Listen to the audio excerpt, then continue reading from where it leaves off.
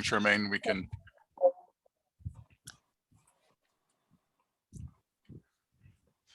Okay, I'm going to go ahead and call to meeting the call to order the meeting of the Commission on Police Practices Ad Hoc Transition Committee Planning Committee of Friday, June the 4th of 2021. Calling the roll from the Zoom participants. I'm Doug Case. I am the chair of the committee. We have committee members Joe Craver, Diana Dent, Nancy Vaughn, and Patrick Anderson. And we have our chair, Brandon Hilpert. And then we have our liaison with San Diegans for Justice, Kate Yevendetti. We have our legal counsel, Chris Cameron, and then our executive director, Charmaine Mosley. Did I get everybody? Okay. Next order of business is to appoint a note taker for this week. So Nancy and Diana, I think, have done it most recently. So who would like to volunteer this week? Doug, I can do it. Great, thank you, Patrick. And do we get any public comment, Charmaine? No public comment received. Okay, then we can go ahead with our updates. The first is the budget process, and don't really have anything new to report, except that the City Council will be approving the final budget on June the 14th. And I was going to check to see when the individual council members are submitting their budget memos. But I didn't get a response back, although admittedly I just sent the question this morning. And so I'll let you know what response we get to that. But I think so far everything we've asked for has been included, and so I don't anticipate any major hiccups in the budget process. Staffing, do you want to give a update on the executive assistant and complaints coordinator positions, Charmaine? Sure. The executive assistant position is being wrapped up as we speak. There's a deadline of today as far as the offer. And the admin aide 2 position, I went through all 420 plus applicants this past weekend, and I selected 20 to move forward in the interview process. We'll be starting the interview process next week on Tuesday, as well as I think it's Friday. Okay. Sorry, for which position? The admin aide 2 position. That's the complaints coordinator. So just out of curiosity, how do you cull down 429 applications to 20? What are you looking for? I had to go through 429 of them, and I'm looking for whether or not they have budget experience. That's number one. Also, if they have any type of data entry experience. There's like certain things that we have in the job description. The list of applicants included internal candidates as well as external. So I just had to go through all of them. Also bilingual, if they're bilingual, I'm looking at that as well. So we might have to go back depending on the responses out of the individuals that were selected for the initial interviews. We might have to go back and expand that. So I might have to do a second round later on. Okay. And then we also had our hearing yesterday before the Civil Service Commission. They grilled us. Yes. So they had,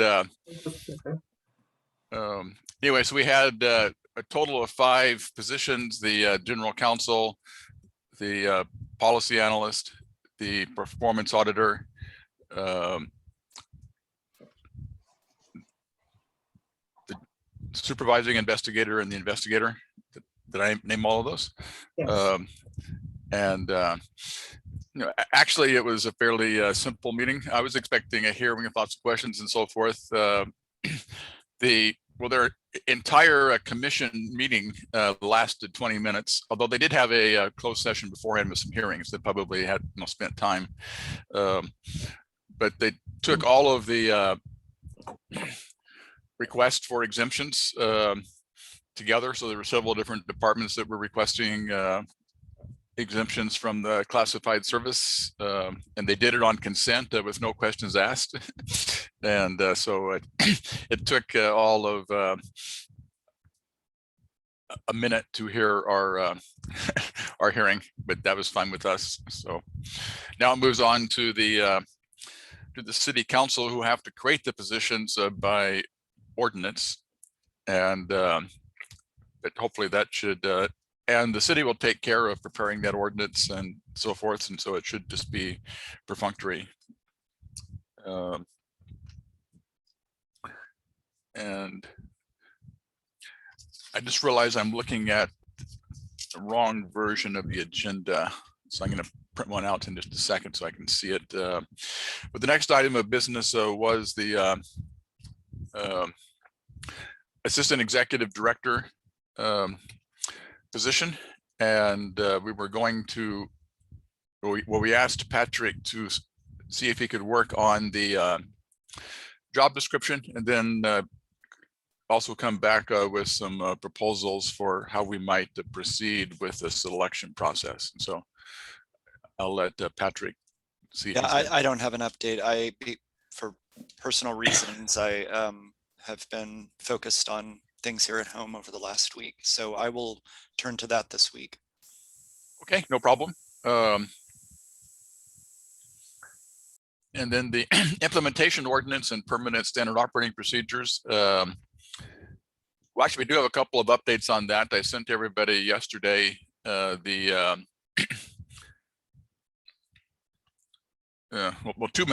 emails. One was from Chloe, in which she indicated that we would get a copy of the draft of the implementation ordinance on June the 16th in the evening, or on June 17th, which would be a day before our committee meeting on the 18th. And so we're not going to get it as soon as we were anticipating. Previously, when the PSNLM was going to be meeting in June, we were told we would have a copy of the draft before Memorial Day. But now it looks like we're going to get it a week in advance. So we'll have an opportunity at our meeting on the 18th to review it. And we also will have an opportunity to have the full commission review it and comment on it at our meeting on the 22nd, so that if we have any questions, concerns, recommendations, we can present those to the City Council's Public Safety and Livable Neighborhoods Committee on the 24th. And then we also heard back from Joan Dawson, who indicated that in response to our question, that yes, the plan is to present the implementation ordinance and the investigation operating procedures together as a package. But the City Council apparently will only be considering the implementation ordinance on the 24th, and the procedures and the implementation ordinance will need to go together as a package to the City Council, so they can go together as a package for the meet and confer. And we don't really know the timeline on that, but we have been asked to help draft with the assistance of our legal counsel our recommendations for the investigation standard operating procedures. Doug, I'd like to take a moment to express public outrage about this. I think it's absolutely ridiculous that those of us who actually know the inside of this work and have been trained in it and practicing it for so long are not being permitted to review this draft in time to allow this committee to make recommendations about it based on community outreach to the full commission before it goes back. I can't say that I'm stunned, but I want it to be on the record that that from the perspective of someone who's been doing this not as long as most folks here, but for the last 3 or 4 years,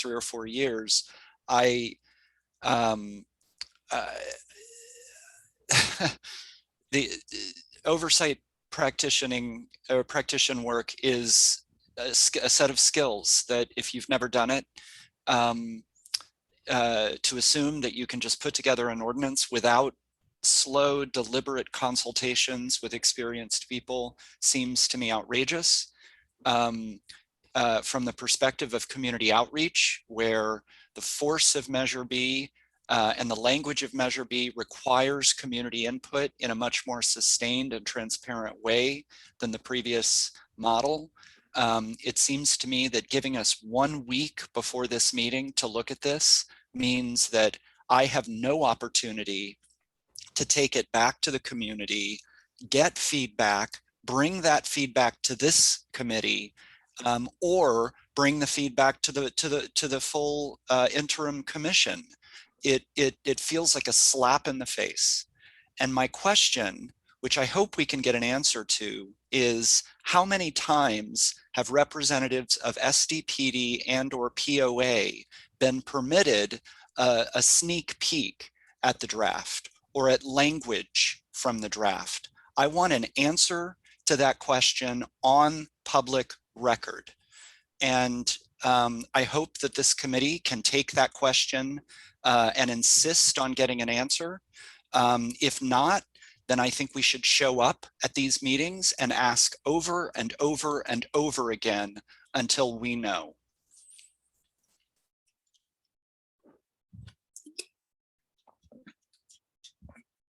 Okay. I'm not sure you're requesting any specific. May I comment on that? Yeah, go ahead, Kate. Well, I can assure Patrick and the rest of the committee that San Diegans for Justice, Women Occupy San Diego, and the rest of our supporters and supporting organizations are being vigilant about this, and that the council members will hear from us. That's all I can tell you at this point. It is, I will say that we have tried to contact council members on PSNLN to get appointments to discuss the implementation ordinance and have been remarkably unsuccessful. And I don't know to what degree other members of PSNLN are aware of what is going to be in the draft that I don't know.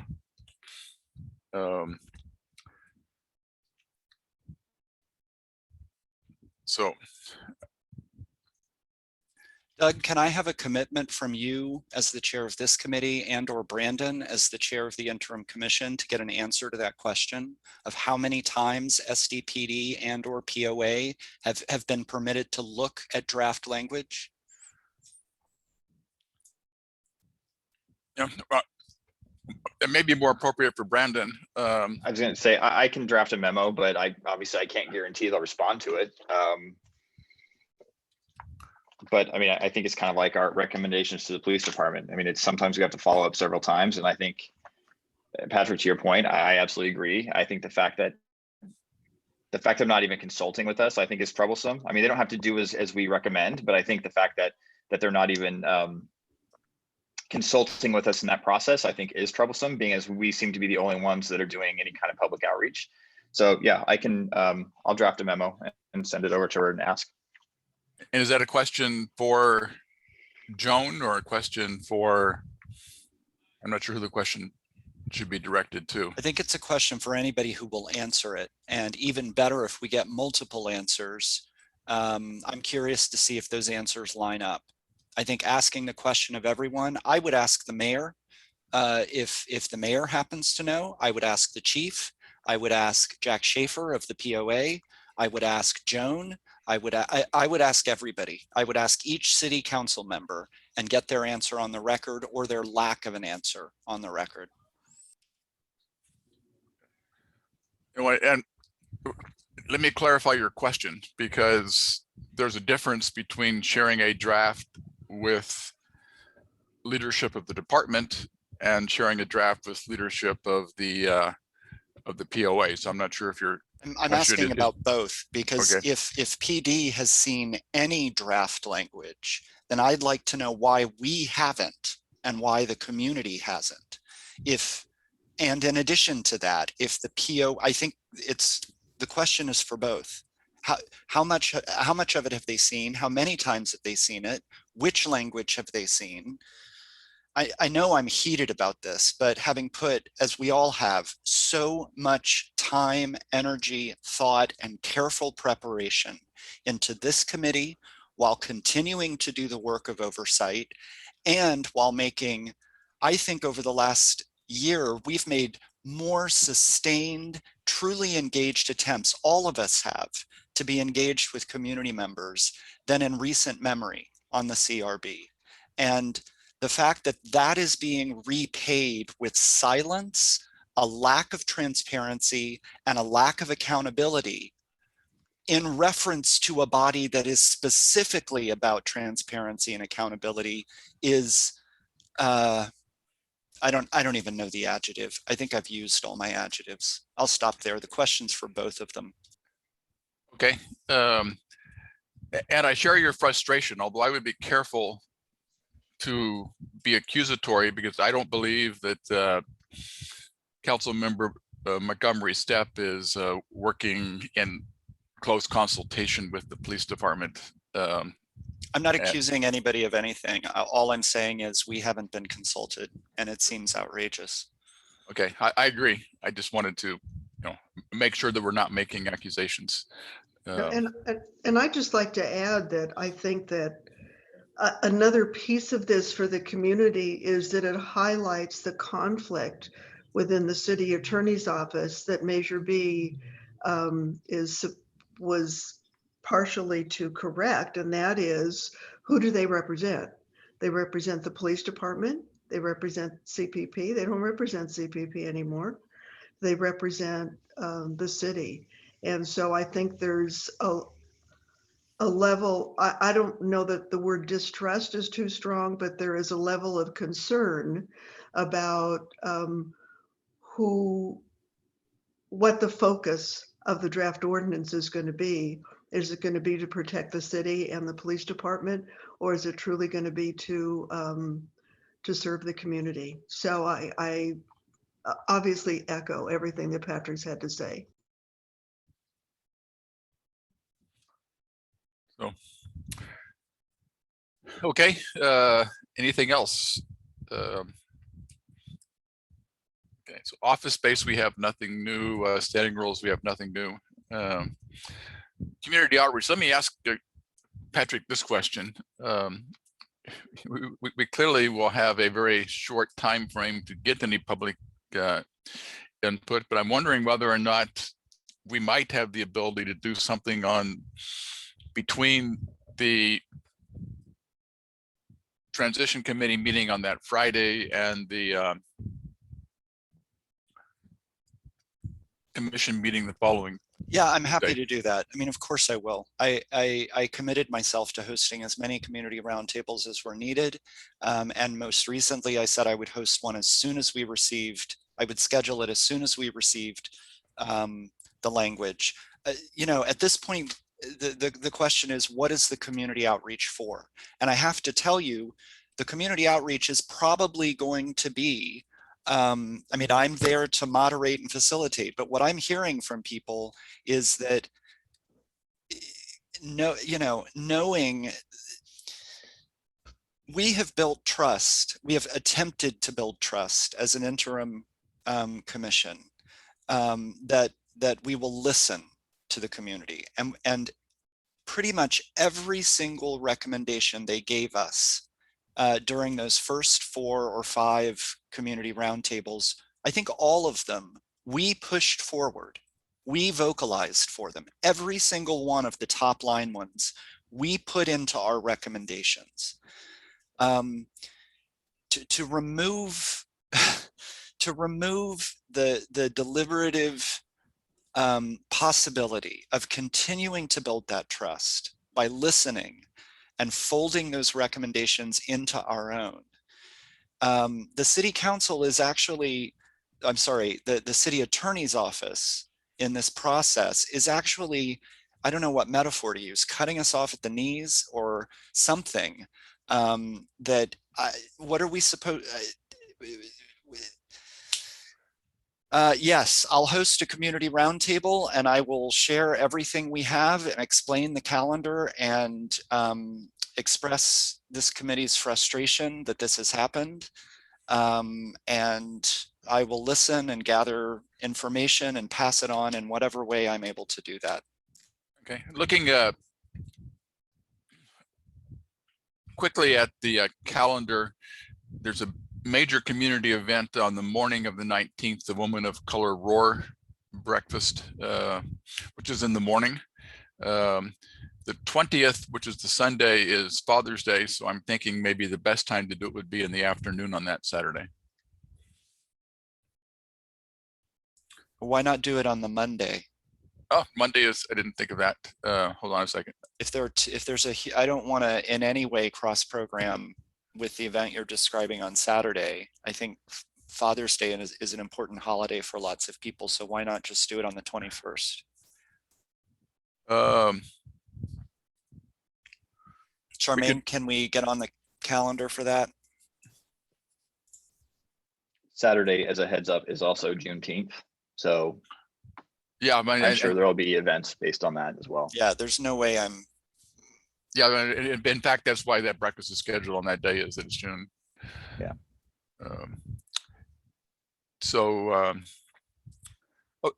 Okay, I mean, Monday afternoon or early evening seems like it's a good possibility as well. So. And I think then Patrick would be able to take back what comes out of the forum to the CPP meeting the following night. So that would be useful. As I recall, I could be wrong. I thought we actually had more participation when it was in the evening rather than the weekend one. We did. We're not doing the weekend anyway, so that's kind of off the boards, but that's. Yeah, we had I like recall. 2 or 3 times as many people show up to the evening ones. Okay, then we'll aim for that then. June 21st, Charmaine. Thank you. Yeah. Then back, a little bit to Patrick's frustration, which is shared by, several of us. Joan has made it clear that her direction has been to work with District 4, and that is who her client is. And so, and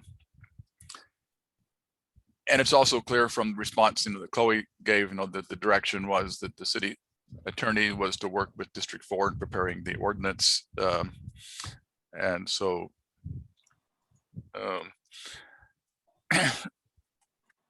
that's just the relationship that exists. And so fortunately, we've been able to have input, and they are seeking our input on important things like the investigation procedures and so forth. But I think we all share your sentiments, Patrick. Okay. The next item is unfinished business, following up on the questions from we posed to Joan, where we got the answer to the second one. The first one is the first one was a question that arose last time with regard to our suggestion that the commission should be the body that selects the executive director to then be appointed by the city council. And I think Chris is going to confirm what the process was for the hiring of the recent executive director of the Ethics Commission. Chris, did you have a chance to follow up on that?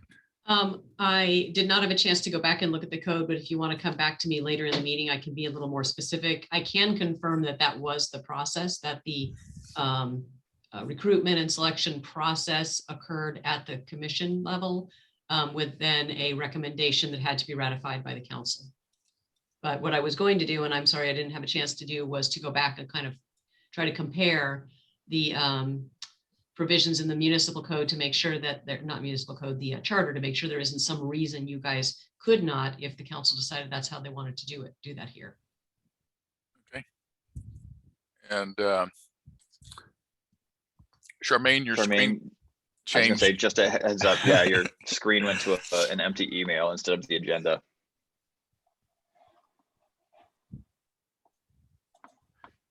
And Sorry about that.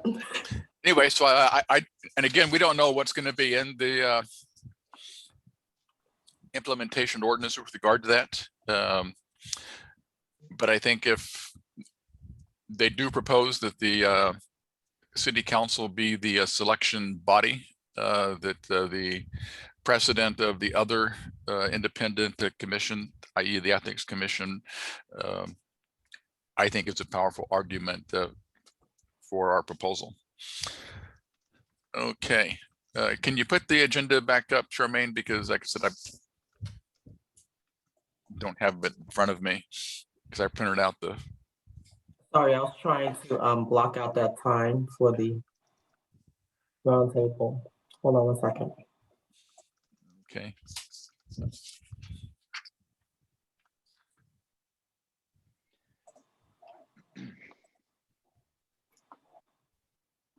Okay. Okay, well, the next item of unfinished business, we were going to set up a meeting with Council Member Montgomery Stepp after we had the implementation ordinance, but that doesn't seem like the timeline is going to work for that now, which is unfortunate. And our first item of new business was also the review of the implementation ordinance, because we actually thought we might actually have it as soon as today, but that is not the case. So we can move on to the item we discussed last week of the complaint processing process. And we, in his absence, tasked Brandon to draft a memo to the chief. And if you have it handy, Brandon, Charmaine, if you can make him a co-host and then he can share it and we can comment on it.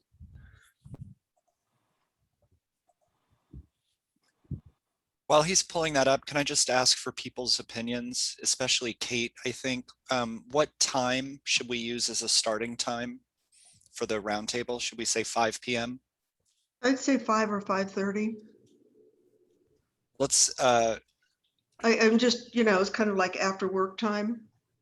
okay, let's say 5, because I know a lot of people at 7 are then needing to eat and stop. And I noticed a lot of drop-offs starting at 7. So Charmaine, let's say 5 to 7 that night.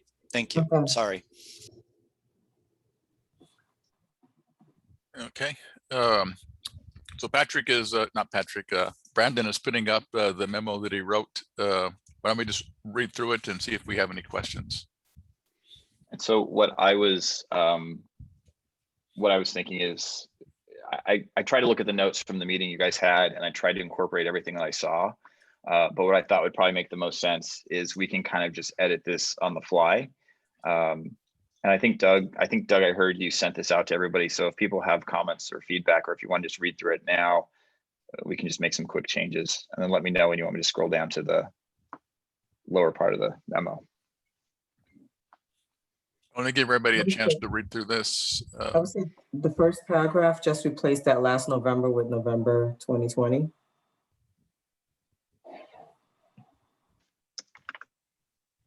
Also in that paragraph, it should be approved by voters, plural. Yeah, voters, and then take out last, and so by voters. Actually, I kind of wanted to change the whole first sentence because I thought it didn't read well, but this is just me and my grammar. So how about, I was gonna say, how about this? Let's let everyone read it first in case we haven't had a chance, and then let's edit. Okay. Because otherwise I think we're gonna be making a lot of edits that are probably redoing other work. And does anyone need me to make this larger if it's easier to read if it's larger? Okay. No, I just wanted to say, Brandon, I think you did a very good job on putting together exactly what we talked about. I have no other comments. Yeah, I didn't And I either. figure, I figure a big part of this is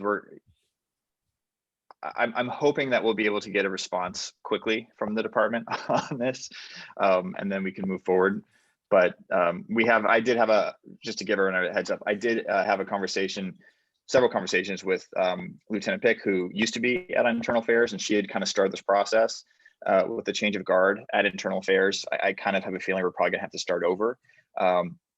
But I did talk with Andrea about it the other day, and she said she had already spoken with both lieutenants and the new captain. So they're at least aware of this, but we'll try to keep this going forward. And then I'm guessing everyone's had a chance to read all that. So I'll scroll down to the last half. Yeah. Well, in terms of the timing, this will be after the draft of the implementation ordinance has been heard at the PSNLN. And we asked, and we sent this directly to District 4. We asked that the implementation ordinance include a requirement that they transmit all complaints to us within 2 business days. And so if that is the case, we may not have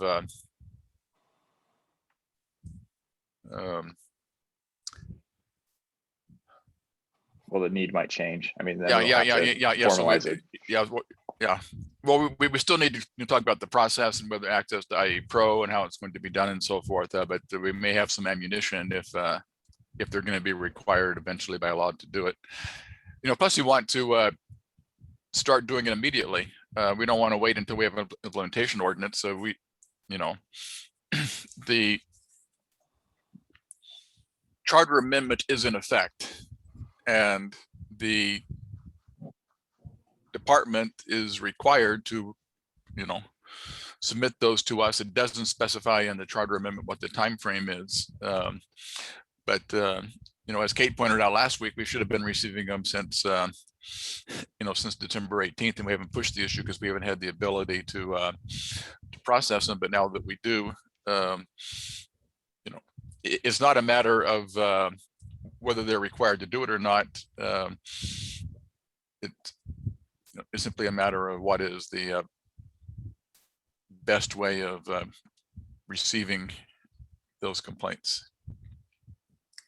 The one thing I did put in here, because I think, we did, just because of our staffing issues on our side, there was a delay in complaints that were given to the CRB and CPP in getting those over to Internal Affairs. So if we were to have access to IA Pro and we could put them directly in there, that helps us because we get the cases from IA, and it helps them because they get the cases from us. So there's a mutual benefit here, which is partially what I tried to put in there. Because it's not like we're just asking for something, they're actually getting something that they need in exchange. So it would make it easier for everyone involved. But now I think everyone's had a chance to review. Let's go for edits. I would suggest that first paragraph, let's just use the boilerplate language of that we've been using, especially like in the interim bylaws, which is on November 3rd, 2020, the voters of San Diego approved Measure B, creating a new independent commission on police practices, which replaced the Community Review Board on police practices, and then put the purpose in there. And then we can go down and start talking about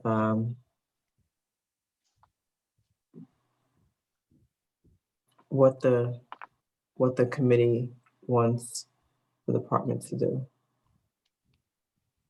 But just started off by mentioning on November 3rd. Mm-hmm. Change that whole paragraph. Okay, I'll just copy that from one of our old ones then.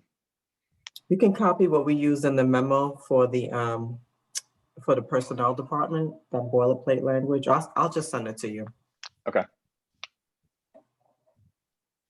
Yeah, and that satisfies the concern that I had about that paragraph. I wrote it horribly. No, it just doesn't flow right. That's all. I had a couple other comments, but I don't know if you want to hear from your members first. doesn't matter to me. I'd say Okay, go ahead, well, give comments. I'll Let's go ahead. On the proposals and the points 3 and 4, just knowing, well, my feelings about the SDPD, I think that we need to have a timeline or deadlines for quote unquote creating a formal process and developing a new process. I think we ought to put an expectation that that's going to be done, yeah, within 30, I was going to say 30 days or 60 days. I think putting a timeline in there would be good. And the other thing that you folks really need to be careful about language and continue to refer to yourself as, right, as interim commissioners. And the interim, aren't you still just the interim Well, commission? Are you we're officially the technically, we are still a commission, and Right. we are still commissioners. So, I mean, we've kind of informally referred to us as interim. Technically, we're commissioners until we're replaced. And that was the case Okay. beforehand, So and it will you're- be the case So going you're forward. still So considered the chair, not the interim chair, is that right? correct, yes. Okay. That's just a concern that I've been hearing from people on the outside. So I just wanted to raise that. But anyway, those are my thoughts. On the CCs at the end, I don't think we need to copy Matthew Gordon because we no longer are under the Office of Boards and Commissions.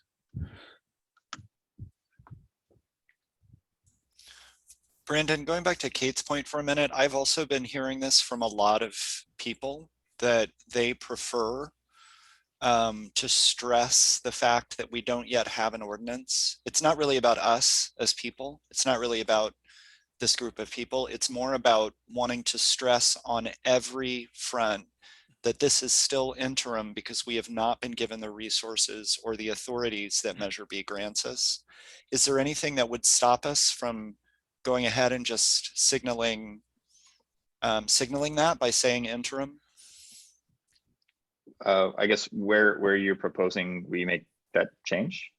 I think maybe, can you scroll down a bit, Charmaine, please? Or actually I have it, well. Yeah, but we're not an interim commission. We are the commission. Yes. And the duties that we have that we're filling, we're doing as commissioners. And so we're doing certain things on an interim basis. I mean, the point is well taken, and using it as an adjective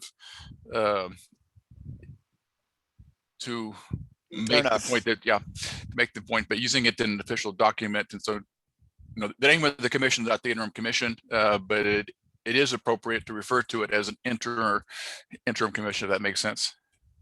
Well, I think the community issue, and Patrick can correct me, is that Measure B basically says, and what we have proposed for the ordinance, is that the commissioners will be selected by the community. And Measure B also provided for a transition for all the current commissioners and staff and everybody to transition, to have this transition period or interim period. And I'm hearing a lot of concern about, well, they keep calling themselves commissioners and they think they're just going to still be there, and what happened to our input. And so I think this isn't necessarily something that's going out to the community, but it's going to be accessible to the community. And I just think we have to be very sensitive to the use of that, and the fact that people need, the community needs to understand that this is a transitional period with people who were not selected by the community, and that the community will be selecting all the new commissioners and staff. And so that's why we think the language is important. Yeah, but Kate, we don't know that. I mean, that's what we've recommended. That's what the community's recommended. We don't know what the interim ordinance and the final ordinance, or not the interim, the implementation ordinance is going to say. It may not accept our recommendation of a community selection process, and it may not accept our recommendation that all 25 commissioners, assuming they accept the recommendation of the number being 25, be appointed at once. They could, phase it in. And but so I think Measure B is clear that there will at least be new commissioners, however they're selected. And obviously, if it's not selected by the community, there's going to be something. I don't want to use the term mini riot, but there will be a lot of issues. why I'm just saying, as a matter of technicality, we don't know what it's going to say. And so they could have a phasing in where, current commissioners serve until they, their terms expire and so forth. Or I don't know what the process is going to be. We know what we have proposed and so forth. And that's why I think it's appropriate to use that term interim as a adjective, because that helps to communicate that our intent is that, and it's also not only intent, it's reality, because until we have certain things in place, we can't do the things that Measure B requires us to do, most specific of which is investigations. Doug, I have a request or a question. We can use, if we back up to the bullet in front on the previous page, it says, oh, wait a minute, I didn't get far enough. Where does it say what we're doing right now? Where we're manually transmitting? It's up further. Okay, why don't we say at that point, CPP as an interim process, CPP manually forwards complaints. And we can put that in that point and make it, use it as an adjective, manual as an adjective up there. Does that make sense? So you're proposing to say what here? As On an an interim process, CPP manually forwards complaints. But it's not even interim, that's the process. Well, but it's interim relative to what's being required in the previous charter. How about, why don't we just say currently? Currently, Yeah, I was just Because trying to use the word interim somewhere, that's all. don't Well, you I think the yeah, reality is that what the CPP is doing is just maintaining its prior process from when it was a CRB, and it's mandated to change that process under the charter amendment. And I don't know if you want to get into all of that when you talk about that. Yeah. I'm See, just talking about the use of the language is how you refer to the commission and the commissioners, which is kind of different.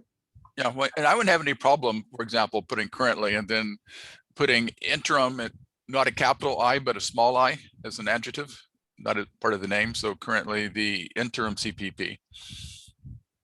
I object to that. why? I don't think we are interim. I personally agree, but I mean, I think there's two different things that we're hearing. And I think also there's, from the public, there's a lot of misunderstanding, and we've heard on public comment where they basically say like, we can dictate discipline to the department, which we can't do. That's not what Measure B allows. But the public has a lot of misunderstandings as to what we can do. On the interim piece, my concern with that, and it's probably, well, my concern on that is, well, if we keep putting interim on everything, I think it takes some of our power away. It basically implies, okay, well, the city council and the police department can continue to just wait until we're no longer interim, and then so they can kick the can down the road. And I don't think we have the luxury of that time. As it is, we already have a huge timeline to get this going. And I think if we keep saying, oh, we're interim commissioners, I'm an interim chair, this is an interim, commission, I think that causes problems. Yeah, but I'm the Brandon, only one. Brandon just convinced me, because if we put the interim in this context, then they can come back and say, well, we're going to continue this on interim basis. And after we have a ordinance in place, then we'll come up with a new process. And we're kind of saying, no, we're the commission right now. You have to be giving us the complaints as soon as you receive them. And so that does make a sense. I was only saying to use the word interim for the process, not to say interim CPP. I don't want to say interim CPP, but I would say interim on the process of what we're doing, which is what we've done before. It's time to change it. That's all. Yeah, But but I think maybe, I would still be reluctant, because we have the interim standard operating procedures, and I don't want them coming back saying, well, we have these interim standard operating procedures, and until we have permanent standard operating procedures, we're going to continue doing things the same old way we have doing them. So, That's fine. I agree with Brandon and Doug on that Okay. issue. and so I do want to be sensitive to the issue that Kate and Patrick are raising. But I think in this context, we really ought to assert that we are, we are the commission, we have the full powers, and the department has a Legal responsibility to get us. those legal files. responsibility. Yeah. I think And I'm convinced on this document. I think you're right. I think if we use the word interim, SDPD will say, oh, we don't have to do anything yet because you're only interim. So on this document, I've been convinced. But I hold Kate's point and the community's point very close to mind when it comes to these things. Yeah, and I think, I mean, we kind of chatted on this before, is I think we're in kind of it's a double-edged sword, to be honest. You know, we need to have the full authority to be able to do our job as, you know, the interim commission as Measure B allowed and dictates. And we also need to, you know, be able to write memos such as this to the department requesting response and action. And I think the end goal on this memo is we need to start receiving those complaints in a timely manner. So rather than my personal opinion, and I'm open to debate on this, my personal opinion is I think this memo needs to be kind of short and sweet. Here's what we want. Here's why we want it. Here's the authority we have to get it. We want this by July 1st. Is kind of how I would leave it. And then, you know, we can work with them to find out how are we going to get that.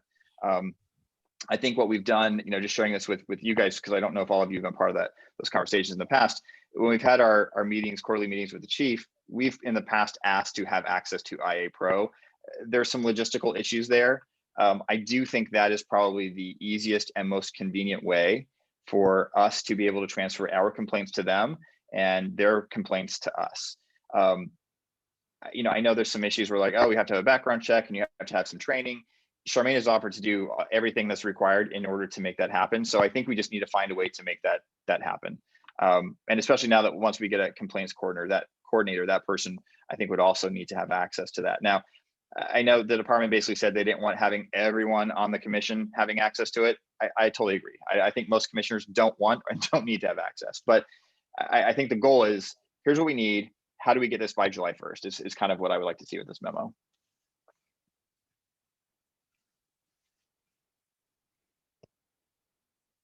That being said, I muted myself. Anything else on the memo?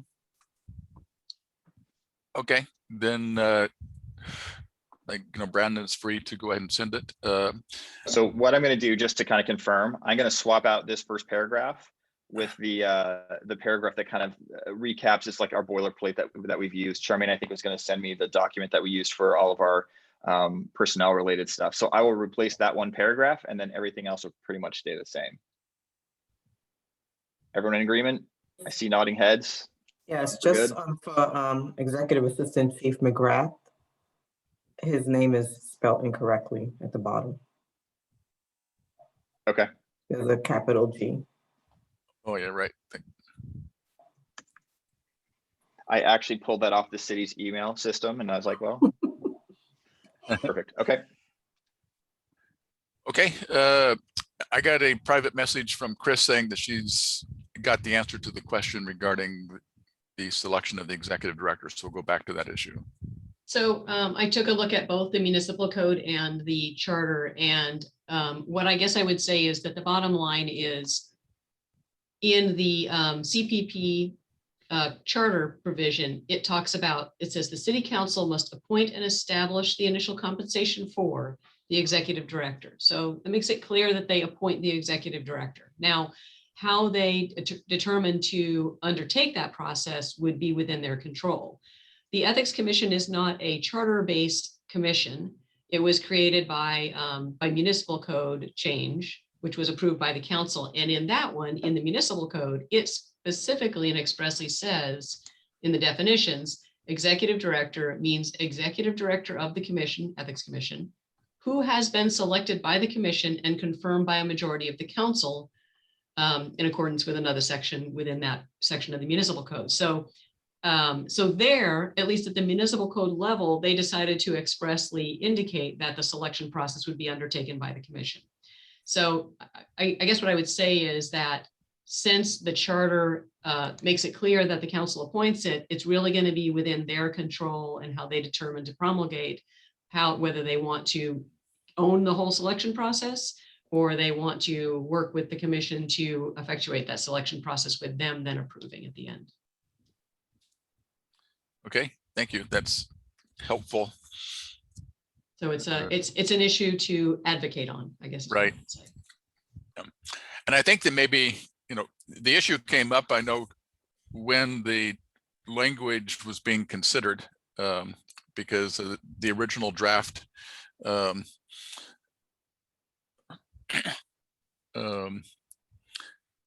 Andrea St. Julian wrote indicated that the selection, that the commission hired its own executive director, and they were told you can't do that because the commission is not an appointing authority, and so it has to be appointed by the council.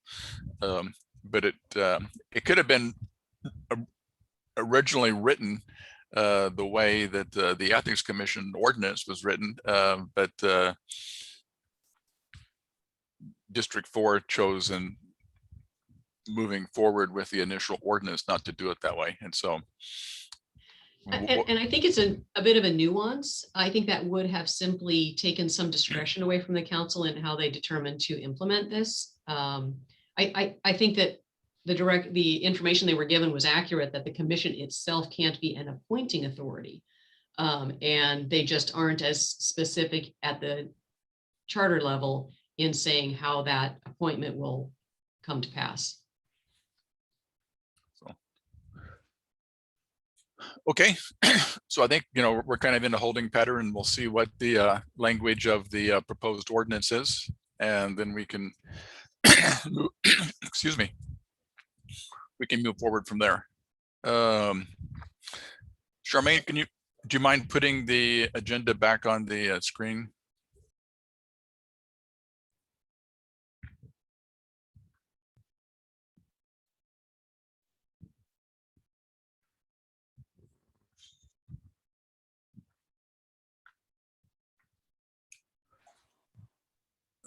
Can y'all see it? Yes, okay, and so it looks like we've, the next item there under new business was, I think Charmaine was going to check her notes from previous meetings and see if she could find the number of complaints, the total number of complaints received in the past, categorized by both the formal and informal and internal. And I was wondering if you were able to get those stats. So I reached out to Detective Amato earlier this week, and she is getting permission to release some more information, some more stats. But so far, since December 18th, 2020, they've received 172 complaints and 28 are CPP generated.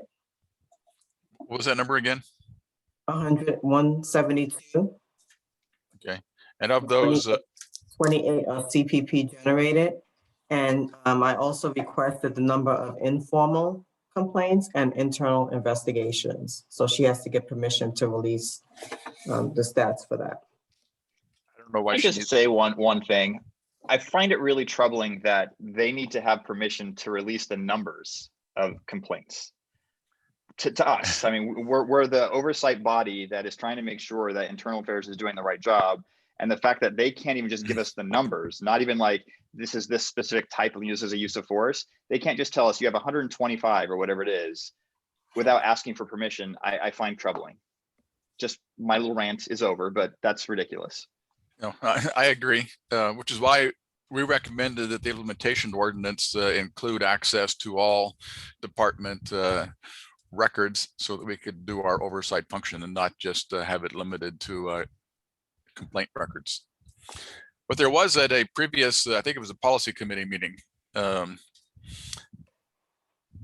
response to a question that we asked, they came in with some numbers of what the numbers for the previous year at that point in time had been for formal versus informal, and how many internal ones they had. And I think I have those. I can track those numbers down. I mean, that was a couple months ago, but I do have those numbers.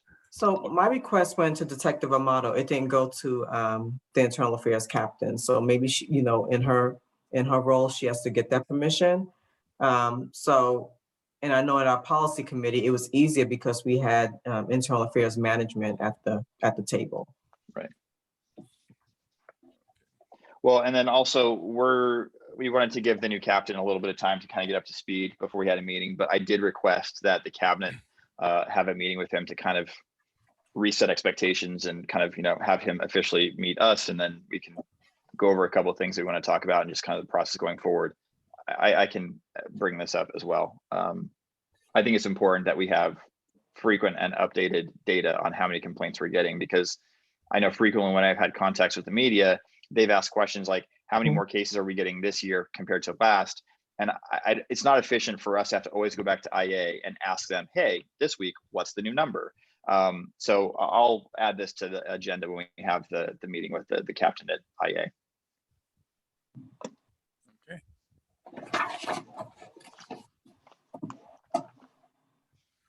Okay, and so the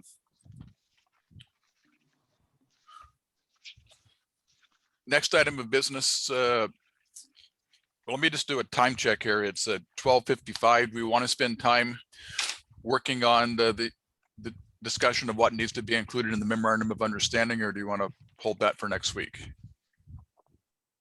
I actually have a court hearing, so I have to leave in 5 minutes. Okay, so I take that as you would prefer to wait till next week. Well, I mean, y'all can go ahead and I can look at the No. minutes, but I just wanted folks to know that. Sure, okay. 'Cause it probably is going to be a 20-minute discussion. Do others want to take it the time, or do you want to hold it to next week? I also think it's really going to depend on what's in this ordinance draft and what's not. I think that the discussion of what we think should be in an MOU is, why would we have that discussion with any depth before, if we're being kept out of, we have no idea what's going to be in this draft. I don't think we should have that conversation until we get the draft, frankly. Okay. No, we did have in our investigation chart, we did actually come up with a list of things that we thought should be in the MOU. It was the schedule of evidence that we needed for, with regard to all the complaints, an agreement that IA would not close their investigations until we had an opportunity to review them. A joint tracking process, which is kind of what we just discussed with IA Pro. The joint interviews, which between IA and the commission, the training opportunities available to the commissioners, which actually Patrick mentioned last week, training opportunities offered to SDPD via the commission, the deadlines for receiving their completed investigations, and a statement that the department can review the results of commission background checks. So anyway, do we want to hold off on that? I'm hearing a couple people saying maybe we ought to put this on a future agenda. Yes, let's put it on a future agenda. Okay, and when we put it on the future agenda, I'll resend that chart that we previously compiled, which I just briefly discussed, so that we can use that as a starting point. Okay, is there anything else on today's agenda that you think that we need to discuss today? Okay, seeing none, is there a motion to adjourn? So moved. Okay, any objections to adjourning? Seeing none, we are adjourned, and everybody have a great weekend. Thanks, Doug. Thank you, Doug. Thank you, Doug. Bye. Thank you, Doug and Brandon, for drafting that memo.